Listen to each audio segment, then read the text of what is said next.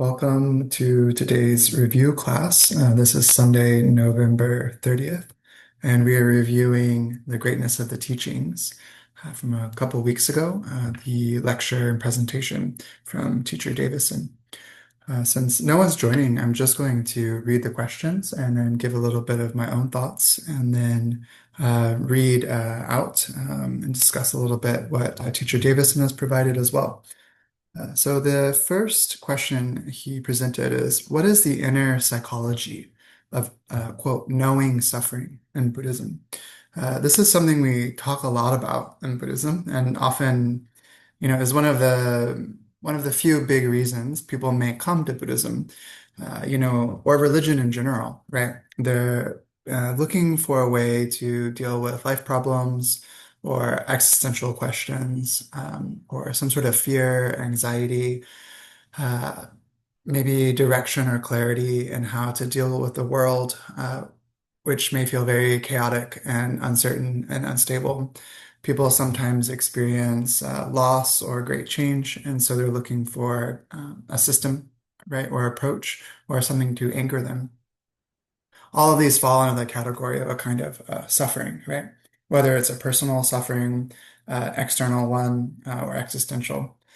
So why is this so important? Buddha, Shakyamuni Buddha, so historical Buddha's question when he left the palace, the outside of that was seeing suffering. He saw sickness, he saw old age, he saw death. And he wanted to know why. What's the cause of this? Is there an end to this? If so, what is the path there, and what does that end look like? And so that began this journey. So we want to know suffering. And we can look at it in one way where it's like we want to know our own suffering. Of course, we have to start where we are, right? Whatever we're experiencing on the daily, this lifetime. Within the Buddhist framework, we also want to bring that into next lifetime, right? We want to look at the cycles of suffering, not just the immediate symptoms. So when we start looking at things like cause and condition, karma, or cause and effect, right? We can see, oh, we might address one pattern of suffering or one immediate suffering, like you can relieve the suffering of hunger, right? Your stomach hurts, you eat food, it's gone, right? But then, give it a day or less, you'll start feeling this kind of discomfort again. And so Buddhism is putting this into a larger context of time and rebirth and cycles of suffering beyond just the immediate one. It's not to minimize or say the immediate one is not important, right? But to look at it from the big picture as well, that we don't want to just constantly be responding to immediate suffering. If we do that, we will just be stuck in a kind of habit of I say suffering management rather than looking at the cause or root. We can also see this in other models like social work models, or I say like drug rehabilitation, right? This model of looking at the system around it, the conditions that enable or support addiction or homelessness or other issues. You can look at it in other medical models, like in Chinese medicine or even Western medicine. We talk about this as well, right? It's not just you have a cold or you have cancer, for example. We have to also look at other factors that may have contributed to that, such as genetics or environment, lifestyle, diet, all kinds of patterns that are supportive conditions for the suffering, and then change those. So this concept of looking at suffering or discomfort, problems, right, in a more holistic way is very common in a secular way as well. And for the Buddhist approach, it's more cosmological. So we're looking at lifetimes of this habit in addition to the immediate one. Teacher Davison's commentary that, he says in line with Teacher Talk's points yesterday in class, which that transcription will be out soon, to know suffering is not to be content with oneself, with just this present life, right? But to seek a better rebirth and more favorable body in future lives. And with that, ultimately, to pursue liberation from cyclic existence and the attainment of Buddhahood. Again, Buddhahood being a state where we are perfect in wisdom, skill, and compassion. So we can truly address the root of suffering, not just of ourselves, but of others as well, with the recognition that we're all in a similar kind of unfortunate situation. This was also brought up in relation to this idea of kind of living life like an animal, which is to just seek immediate relief, right? So I want immediate comfort. I want immediate stability. I want an immediate place to live. I want good clothes, good food, good relationships, good everything now, right? So I can avoid the experience of suffering. As long as I can fend off that feeling of suffering, then I'm doing a good job, right? This is maybe the kind of way that we are conditioned to think about things, right? Is avoid discomfort and seek after pleasure. And then in a Buddhist context, it's not that we are averse to discomfort and we are rejecting pleasure. We can accept both of them, and both of them bring their own challenges and opportunities for growth and development. So the second question that Teacher Davison has is, after knowing suffering, what is the point of abandoning its cause and aspiring to nirvana? Is this just another kind of like escaping pain? Is this a form of escapism? I've heard this brought up too, is like, why practice Buddhism? You know, if the point is just to go meditate on a mountain away from society, give up everything, give up all relations, family, friends, career, all forms of success, all forms of even, pleasure this world can give that are maybe temporary, but at least they're better than being in, discomfort. Why would we bother with that? This is just kind of like a kind of nihilism or escapism that's been repackaged, right? And with this promise of nirvana, of being content, of just wiping oneself off the wheel of samsara. It's something to think about, right? And maybe this might be our kind of partial understanding of Buddhism. Some people come into Buddhism this way, hearing this idea of nirvana as this kind of extinction, and that sounds good. It's like almost like a kind of, I don't know, like a spiritual suicide from reality. Like if I just follow this path, I can disappear, all my problems are gone. But actually, this is not the case within Buddhism. This is just a kind of partial understanding of the situation. Even these practices like separating yourself from society and going and doing meditation for long periods and sense restraint, these are also different methods in order to achieve certain wholesome mental states or realizations or deep meditation. These methods are not the end in themselves, right? They're leading us to a state of skillfulness and ability and a full engagement with the world and other beings, not an escape from it. Nirvana being kind of presented as this resting state or this ease and content state from the perspective of a Mahayana tradition is a skillful means. It's a way of getting people to begin practicing towards something that they can grasp as a goal. It sometimes seems so far out there and so far away to say that, oh, I can become this like cosmic level Buddha, right? In my wisdom and my ability. So what is more attainable? What is a goal that I can visualize and more practically work towards? And that might be nirvana, right?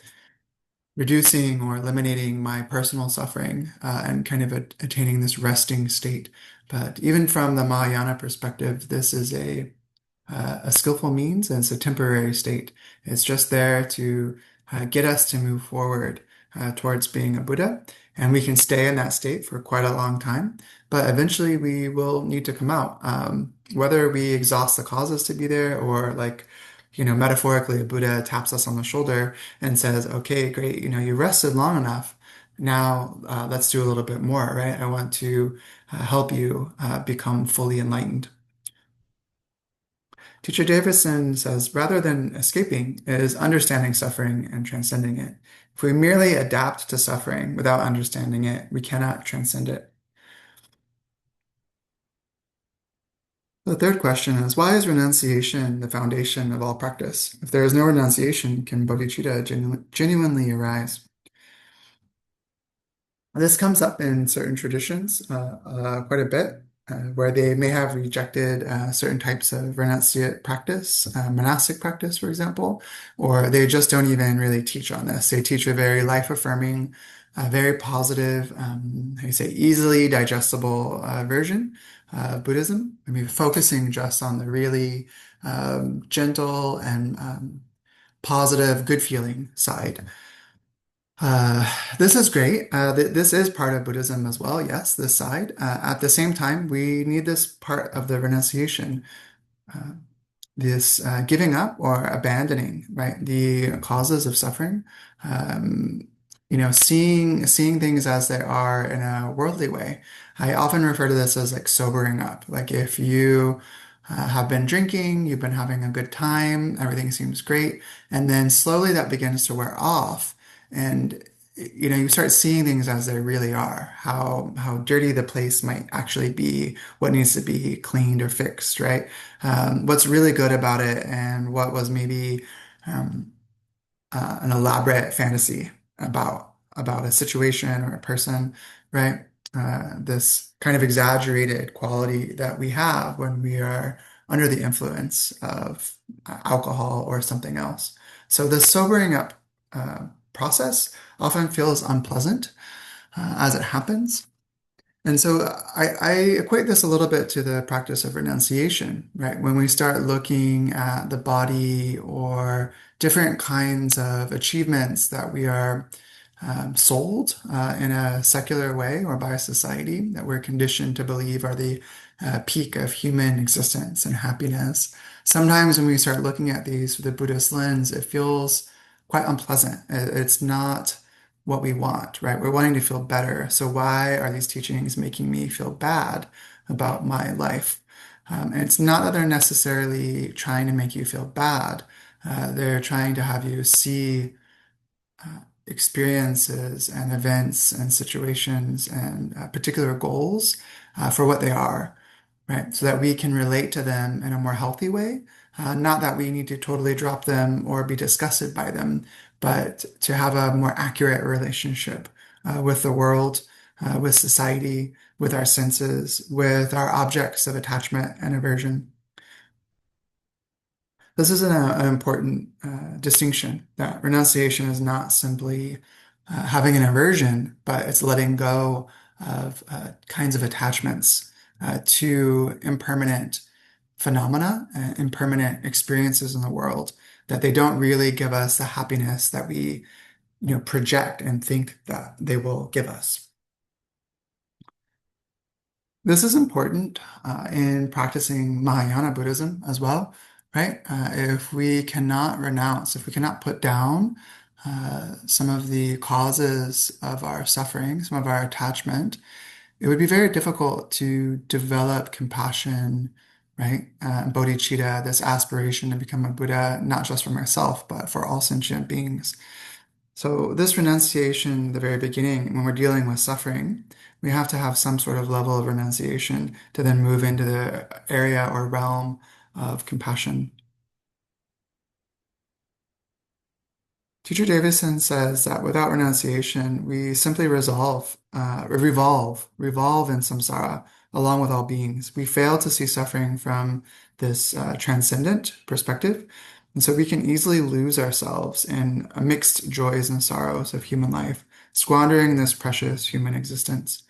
This reminds me of sometimes a response I've heard when talking about renunciation, which is the kind of poetic look at suffering. Like, oh, it's because of suffering that the good times feel really good, right? And it's because of the good times that the suffering is so bitter. But actually, this back and forth is very poetic and beautiful, and it's what makes life worth living and interesting. I see that, and I would say at one point I believed something quite similar in a way. I also think this kind of position usually comes from one, a certain level of security and comfort in the world. You're not experiencing the extremes of suffering.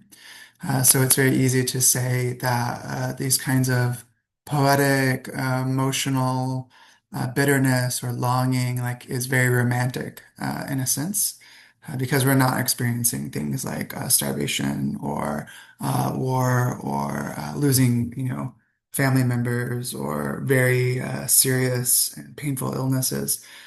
Not to even speak of, other factors like or other realms in Buddhist cosmology, like hell realms or animal realms, hungry ghost realms, where we can only talk about the suffering and imagine it, but don't even have a comparable experience within this realm.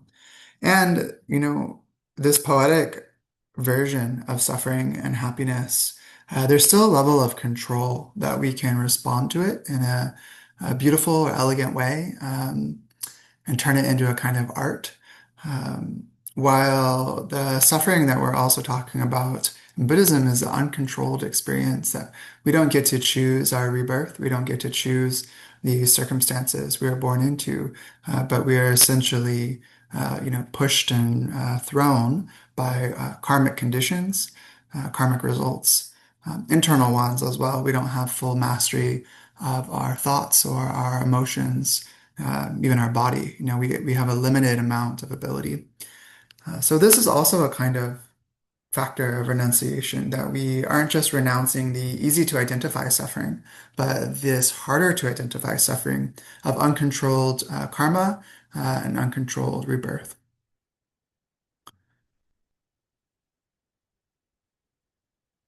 So question number 4, do Mahayana practitioners tend to neglect the trainings of the lower and middle scopes of the Lam Rim, or stages of the path? If so, what distortions can follow? Um, so this term Mahayana, we use a lot. We consider ourselves Mahayana, great vehicle practitioners, and this is always positioned against a kind of category called Hinayana, or small vehicle practitioners, which at times has been a bit of a straw man issue, where we kind of can pick the worst of small vehicle practitioners and pit them against the best of great vehicle practitioners. One way I like to see this is that it is more what our objective is. Um, we can call the many of the East Asian traditions Mahayana traditions, in that they explicitly teach this bodhisattva path towards becoming a Buddha. But that doesn't mean that everyone in those traditions actually holds that as their personal goal, right? They may only be interested in their own uh, relief, right? Their own liberation from suffering. So in that sense, internally, such a goal is a Hinayana, or small vehicle aspiration. You can also look at what Mahayana traditions might call small vehicle traditions. And there we may find both types of practitioners as well. Um, those that are focused on only their own liberation, while we may also find people that maybe secretly or implicitly wish to become Buddhas, and they're practicing within their own conditions how to do that. But their motivation is quite expansive and comprehensive. Um, so when we talk about this Hinayana, Mahayana, it can be both, either or, and both. Our internal motivation, our internal orientation. It can also be referencing broadly traditions. But again, it doesn't mean that just because you're in a particular tradition, you also have exactly the same goals of that tradition. Mm. That's just something I wanted to bring up about this term Mahayana and Hinayana. But specifically for us as so-called, we take up this label, Mahayana practitioners. Do we tend to neglect the lower and middle scopes? Again, those lower scopes, right? Focusing on renunciation, So avoiding the causes and kind of actions that would lead to lower rebirth. So at the very least, assuring that our next life is a favorable life for studying the Dharma, right? And practicing the path that as a baseline for all practitioners we should hope for. And then the next one, the middle scope, right? Being focusing on our liberation from samsara or cyclic existence. So it may be the case that Mahayana practitioners will say, well, I'm in a Mahayana tradition. Therefore, my tradition says the most important thing is to become a Buddha, right? So I will only practice the things that will lead me directly there. I won't bother with these other kinds of practices or teachings because those are oriented towards avoiding lower realms and having a favorable rebirth and dealing with just my own suffering. Um, so sometimes this is the kind of mentality. And so people may discard these two sets of teachings of the lower and the middle. Um, I've experienced this myself in traditions that I practice in, where these are entirely avoided or looked down upon or rejected. And in my own attempts to talk about them or engage with them, um, have been, had a kind of negative reception. It's like, oh, you're kind of practicing this mixed or tainted or impure kind of Mahayana tradition. But, I would say there's a big loss to that. Because in a sense, it's kind of like saying all the Buddha's teachings, right? That some of them were just like useless stuff that he taught that really aren't relevant or, you know, um, everyone should just go right to the Buddhahood thing right away. Um, but this isn't the case. All these teachings were for different kinds of people and with different kinds of dispositions in order to guide them to have the aspiration to become a Buddha themselves. So we could say a lot of these teachings were meeting people where they are at. Even if we personally don't need these teachings or we, have some sort of realization with them, they're very easy or natural. And so we say, oh, we can just abandon these now. What about the people that do need them, right? Now we're unable to teach them or share them. We've lost out on our ability to help different demographics, right? Different kinds of people, personalities. We can't benefit them, right? If we only say, you must want to become a Buddha, and if you don't, then, there's no helping you, right? You're not the right person to learn Buddhism. So this is a huge loss for other beings. If we're truly aiming at becoming a Buddha, then we should have this strong motivation to master all types of Dharma, right? All types of approaches, so that we can guide all types of beings eventually. Maybe not in this lifetime, but in the future, right? And so having this negative attitude towards different kinds of teachings is in a way disparaging the Dharma. Can also lead in, from my point of view, kind of detour from the Dharma, right? If we give up things like the ways to avoid lower rebirth and achieve a favorable rebirth, we give up this whole portion of the Dharma that is discussing cause and effect and karma, right? We don't integrate or assimilate these teachings into our life, right? It's very easy then to just go with our own habits and justify them, right? As a skillful means because I'm doing it with bodhicitta. I'm doing whatever my ordinary behavior is for the benefit of others, so it's okay.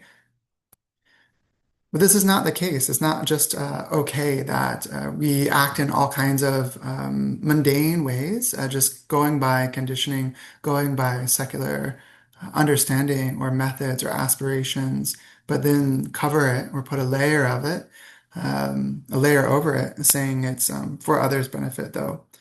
This may in the end just be deluding ourselves.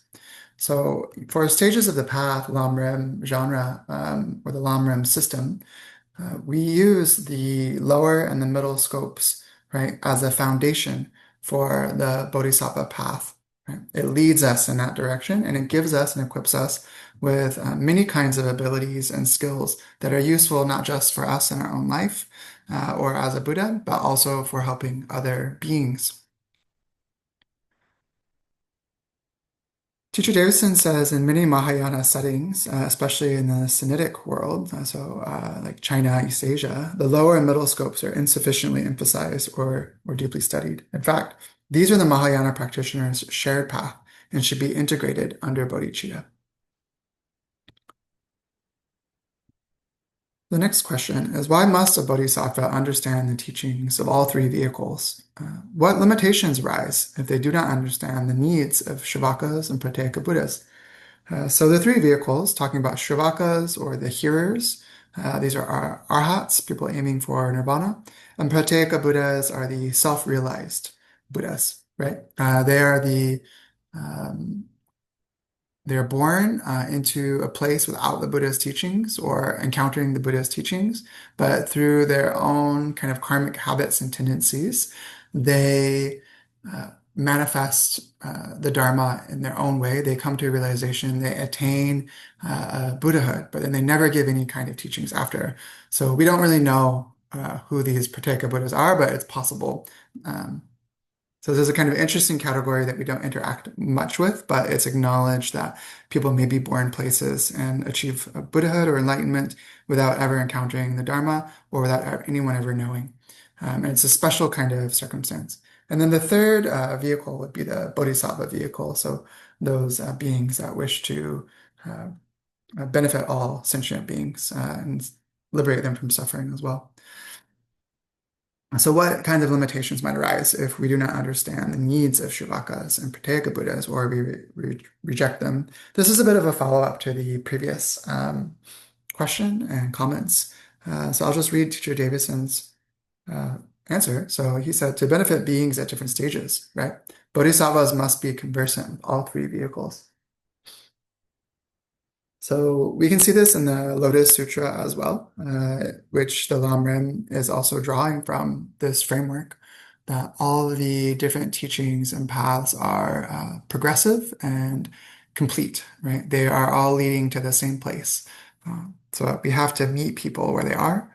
We have to appeal to their own characteristics, dispositions, energy, self-view. Right? And we hear that in some of the parables in the Lotus Sutra, like the lost son who comes back and he's like, shoveling manure for a long time.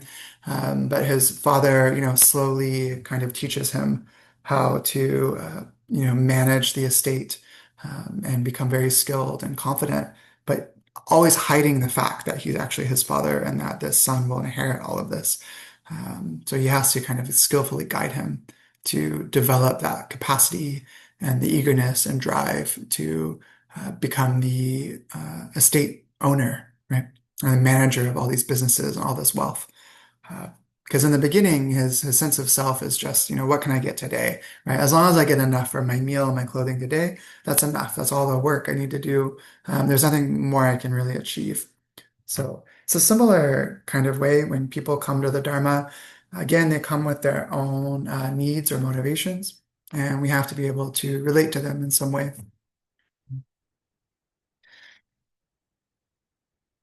So, question number 6. The 18,000 verse Perfection of Wisdom Sutra presents the 18,000 verse Perfection of Wisdom Sutra presents four ways of benefiting others. What is their practical meaning? Teacher Davison's answer here is first, planting seeds. So this means learning about different people so we can discern their needs and then help them. And maturation is strengthening their competence and capacity to face life's hardships. Liberation reminds us to orient help towards freedom from samsara. So this is the true end of suffering. And then Buddhahood encourages beings to generate bodhicitta and set Buddhahood as the ultimate goal. This is one of the sets of the four ways of benefiting sentient beings. Uh, right, so how we guide, right, from beginning to end. And is this four ways of benefiting sentient beings within our own framework of, teaching and working, right? If you work at a place like ULA or another Dharma center or another Buddhist community, how is this framework included in what you're doing, right? And we might see it show up in different ways. So some centers or monasteries or communities might focus a lot on planting seeds. So learning about different people so they can discern their needs and help them. And so they do that by, having really big Dharma events or building really beautiful centers or museums or really big statues, doing these kind of social events that attract a crowd, right? And they may offer gifts and food, all kinds of material support. So people come and then they get some sort of exposure and now they have a seed planted. It's not that they're maybe converted or anything, but they at least have a positive relationship to the Dharma and they might have a more clear understanding um, of what it is in the sense of it like being a kind of peaceful, compassionate, loving, generous religion. So this is a great view to have, of course. Um, and then the maturation part. So this is strengthening confidence and capacity to face life's hardships. So this one we encounter more when you start getting more deeply involved with a community or a teacher or monastics or like living in a monastery, for example. Many challenges will be presented, many things that we don't know how to do or don't have the ability to do, but we are asked to do them, right? And so all of these are ways for us to mature ourselves so that we can develop our wisdom through overcoming different kinds of obstacles. We can develop our energy and our endurance, right, by seeing them through and taking them on joyfully and gratefully. We might also be interacting with very difficult people. They're doing their own work and they're going through their own process, dealing with their own afflictions. And so all of these can teach us like patience, energy, endurance, right? And this drive or thirst to expand and develop our skills and our ability. So these kinds of hardships or difficulties help us mature, right? Become more capable. The other part is liberation. So this reminds us to orient help towards freedom from samsara. So the true end of suffering, this freedom from samsara. So this again is dependent on the kinds of teachings and teachers. For myself, what I noticed in Japan, it might be very dependent on the abbot or head priest of a temple, how they teach and how they engage with the community. For other situations, this can also vary. Sometimes people go to temples to like pray or do offerings or they're hearing teachings. Um, and they're simply there to deal with their current life suffering, right? The big example I give is Medicine Buddha. We go to Medicine Buddha and we attend Medicine Buddha functions, asking for healing and support and this world benefit. And this is good. It's fine. It's one of the vows of Medicine Buddha. Also, we should keep in mind that this is just a temporary relief, right? We should actually be asking for guidance and support in how to really be free from this cycle of gain and loss, right? Of pleasure and suffering, of health and illness, birth and death. This is the true end, right? So how much a teaching or a community emphasizes this will vary. But as much as we can, we should try to keep that as the main direction. And everything else in front of that is a kind of like a rest stop. Um, and the fourth one, Buddhahood. So this encourages beings to generate bodhicitta, right? And set Buddhahood as the ultimate goal.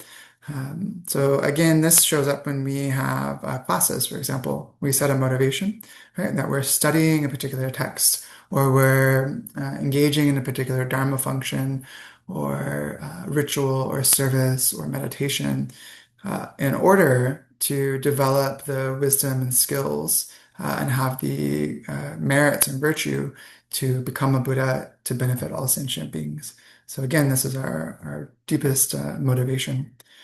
And so when we start doing these things, we should always develop this bodhicitta aspiration at the beginning and then also dedicate at the end of our activities or the end of our day that whatever good that we have done, may it be used for that purpose. May the results ripen, right, into conditions that further uh, support that long-term goal. The next question was, given the vast range of Buddhist teachings, how do we avoid cherry picking only what we like when we actually practice? Um, This one comes up a bit too, especially I think and this is me being, biased, but within Western communities, I think we have exposure sometimes to such a broad choice, a buffet of different teachings and teachers, traditions, um, Buddhist cultures, communities, and they all seem really great and wonderful. And they're all Buddhism. They're all saying they're Buddhism. They're all saying they are teaching this either path to liberation or path to Buddhahood. So why not just go? Go when there's something available. It's nice, convenient time, right? Easy to get to. And then maybe we move, or our conditions change, or maybe something we don't like happens within that community or that teaching, and so then we just go somewhere else that's more convenient. So it's very easy to end up kind of skipping around when things get either uninteresting or boring, or a little difficult or unpleasant, or it takes more effort than maybe we want to be putting in. And so we can end up with this kind of cherry picking, this kind of soup mixed up understanding of the Dharma where maybe things aren't quite so connected and we, after some years, feel like we haven't progressed very much. We might know a lot of different things and a lot of different teachings, but we seem to be still facing the same internal and external issues, right? So every every year, we can reflect back and question ourselves, have we grown in our virtue and have we worked on our non-virtue, right? Have we diminished our anger and attachment? Have we increased our wisdom? Have we gotten more skillful in how we relate to the world and our problems? This is something we should frequently do. With our study, right? Otherwise, it will be that we just skip around whenever is convenient and comfortable.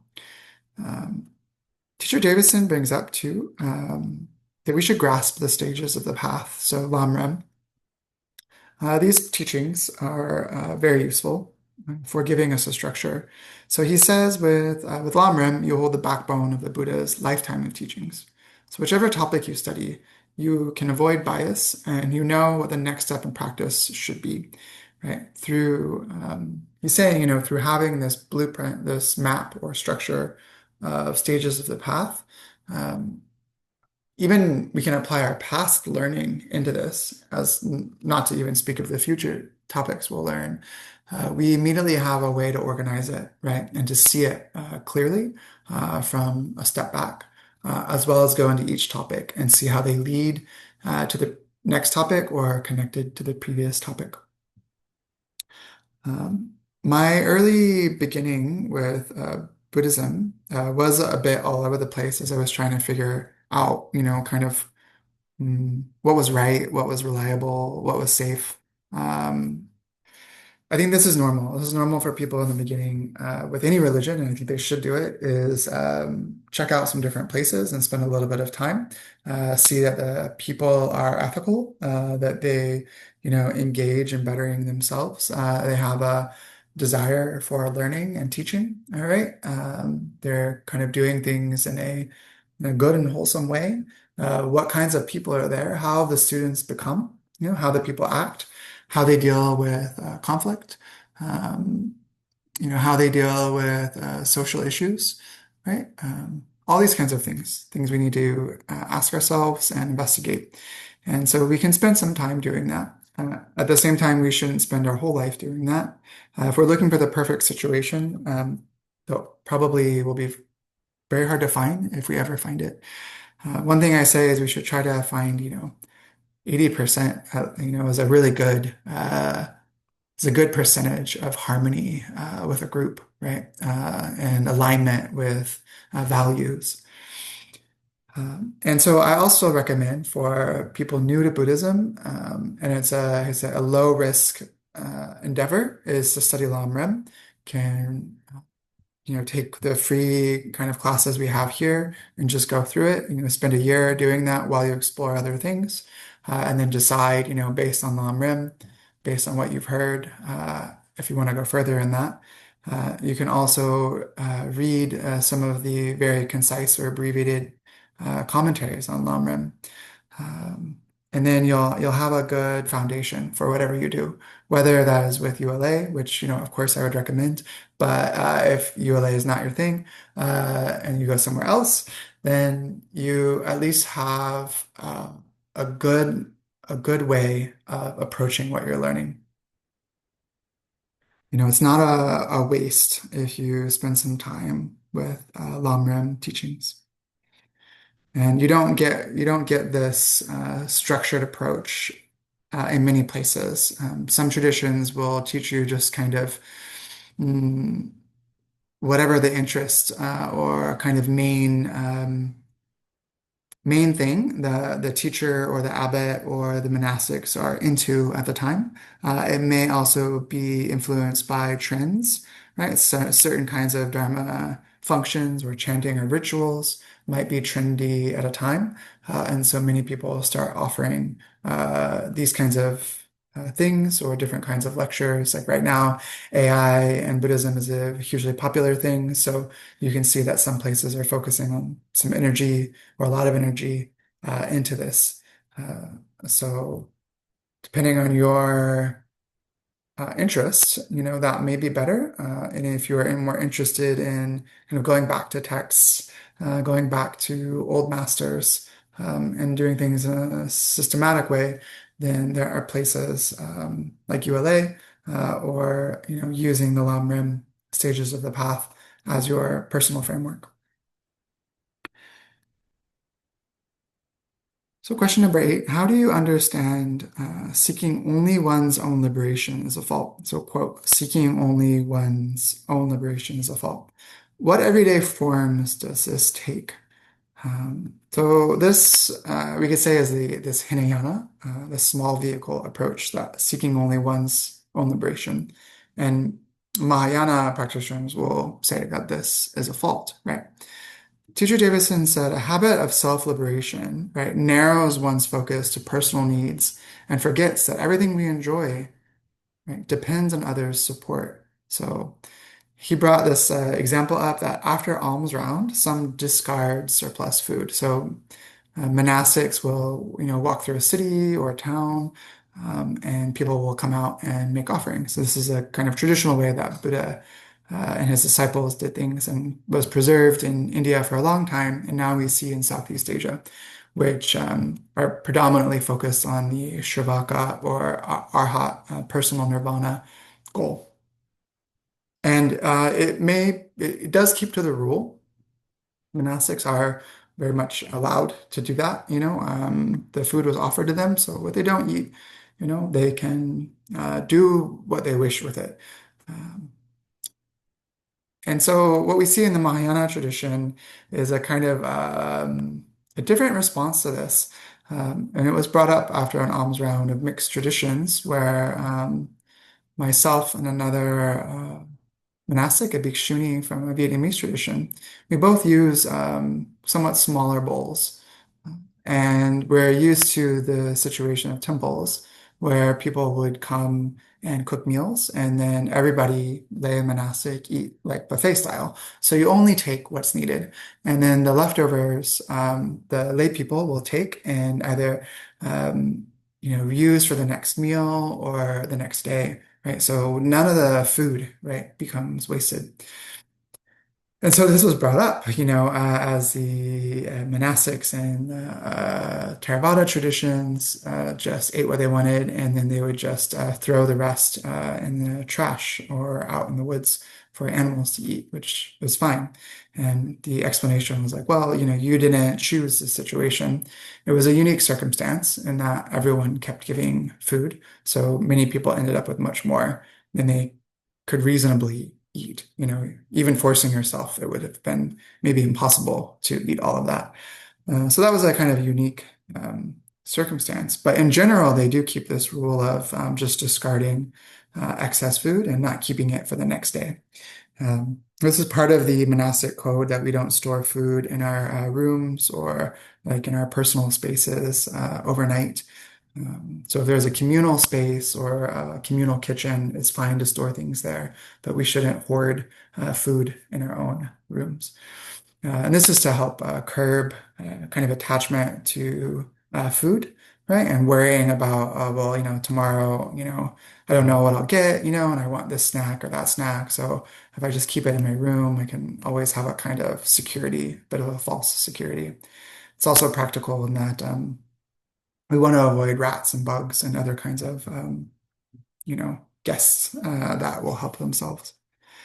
So Teacher Davison, though, is bringing this up, this kind of dynamic with food, right? To point out that if we focus just on self-liberation and our own personal needs in the moment, right, we can very easily forget that everything that we have really depends on others' generosity, their thoughtfulness, and their kindness. This is what's emphasized or explicit in the Mahayana tradition, right? That the people coming out and giving alms, they're doing so out of respect and a sense of gratitude or generosity. They wish to support our practice as monastics. They will also be supporting each other as a community. So people that have less food, through the results of this can eat more and have their lack, taken care of. And those with excess get the opportunity to practice generosity. So everyone kind of benefits from this. And if we just throw food out, right, it's wasting those intentions, it's wasting the efforts, especially if these people have grown the food themselves, right? They went and bought the food, they worked a job to get that money. They prepared the food themselves, they cooked meals, they took time out to come out to the street or the temple to bring their offering. Um, they did so many things just to get this meal into our bowl, so many causes and conditions, um, and so many resources that could be used by others. So Mahayana, partly because they separated from the alms round tradition of India, it just wasn't viable in China. They became more self-sufficient. So they place more emphasis on using everything to its fullest and not being wasteful. It's not out of an attachment, right? To like, I have to keep as much as I can, so I'm not going to waste, right? I need to hoard and store, and I need to have a lot of savings for when things aren't good. It's not this attitude. It's more out of respect for and gratitude for the hard work that went into bringing the things that we use. Even within ULA, we can talk about that with, turning lights off, right? Using just enough toilet paper was one of the points from last year. Using things to their fullest and just what we need, not more, not less, right? We're not trying to live in poverty, but we're also not trying to use everything up as if it's endless because it's not. And it came from the sweat and tears, maybe blood of others. So it's out of this generosity and respect. So if we do focus on our own self-liberation, our own suffering, our own nirvana, we will get a habit of interacting with the world that way, interacting with other people that way. Um, we may only do good or be thoughtful of others when it benefits ourselves, rather than having the kind of frequent habit of looking at what we're doing as being beneficial for others. So this is just kind of explaining this difference in viewpoint and why it's so important to think of others' liberation in our practice and what we do, how we work, how we live. So the last question I will read is number 9. So why must Vajrayana practitioners not abandon the perfection vehicle? So these are the 6 perfections of the Bodhisattva practice. What dangers arise if they do?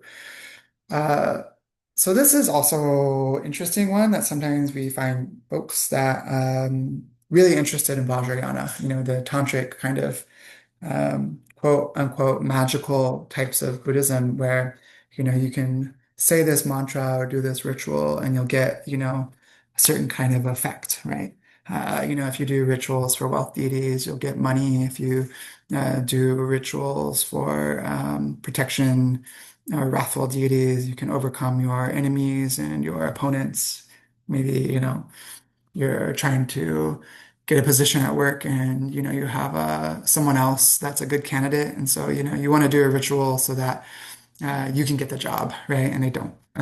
So you can get ahead in life. Um, Sometimes people are attracted to Vajrayana because they have this kind of idea of like being a bit of a wizard or getting some sort of magical power or something like this, some sort of upper hand in life. This is a very terrible motivation for Vajrayana practice. So Vajrayana practice is fueled by the desire to become a Buddha very quickly, that we have a very strong and immediate sense of suffering, not just for ourselves, but for all beings. And we have to do what we can to become a Buddha in the shortest amount of time. So we enter the Vajrayana path. To enter the Vajrayana path, you have to have strongly established the Bodhisattva, Mahayana, or this great perfection path, the six perfections, right? So this compassionate attitude. Otherwise, these practices done out of just worldly self-benefit can become like poison, and they can just increase or enhance or further add fuel to our ordinary samsaric worldly thinking, right? Because they're done out of strong attachment and aversion rather than being done out of compassion and selflessness. So Teacher Davison's response is accumulations of merit and insight. So which this includes realization of emptiness, require the perfection vehicle, so the Bodhisattva path. Without the Mahayana as the basis, Vajrayana practice easily caps one's attainment and may drift with the eight worldly concerns. So capping one's attainment, meaning you can only go so far. And this drifting with eight worldly concerns is what I was referencing about how uh, you might just be increasing your ordinary thinking, right? So being focused on gain and loss, pleasure and pain, fame or infamy, having a good or a bad reputation, getting the things you want and avoiding the things you don't want. All these types of push and pull that happens because of attachment and aversion. So we will just drift with them. We'll just continue doing these things and not actually change our circumstance. So yes, this follows up very similar to why for the Mahayana practitioner, we still need to practice the lower or middle paths, right? We need to be able to understand them so that we can develop actual bodhicitta. Right? And to practice a Vajrayana, we have to have understanding of bodhicitta and the six perfections so that it really becomes meaningful and it becomes used fully and becomes a source of liberation, not a source of more suffering. So I'll end there for this session. If you have any questions or comments, you can put them in the WhatsApp group, and hopefully we can respond to them the next class or next review session. And so we can just dedicate any merits of contemplating and listening to the Dharma, asking questions and sharing thoughts. May they all lead to further chances and opportunities to receive teachings and go deeply into the wisdom of the Buddhas, eventually attaining Buddhahood ourselves and with others for the benefit of all sentient beings.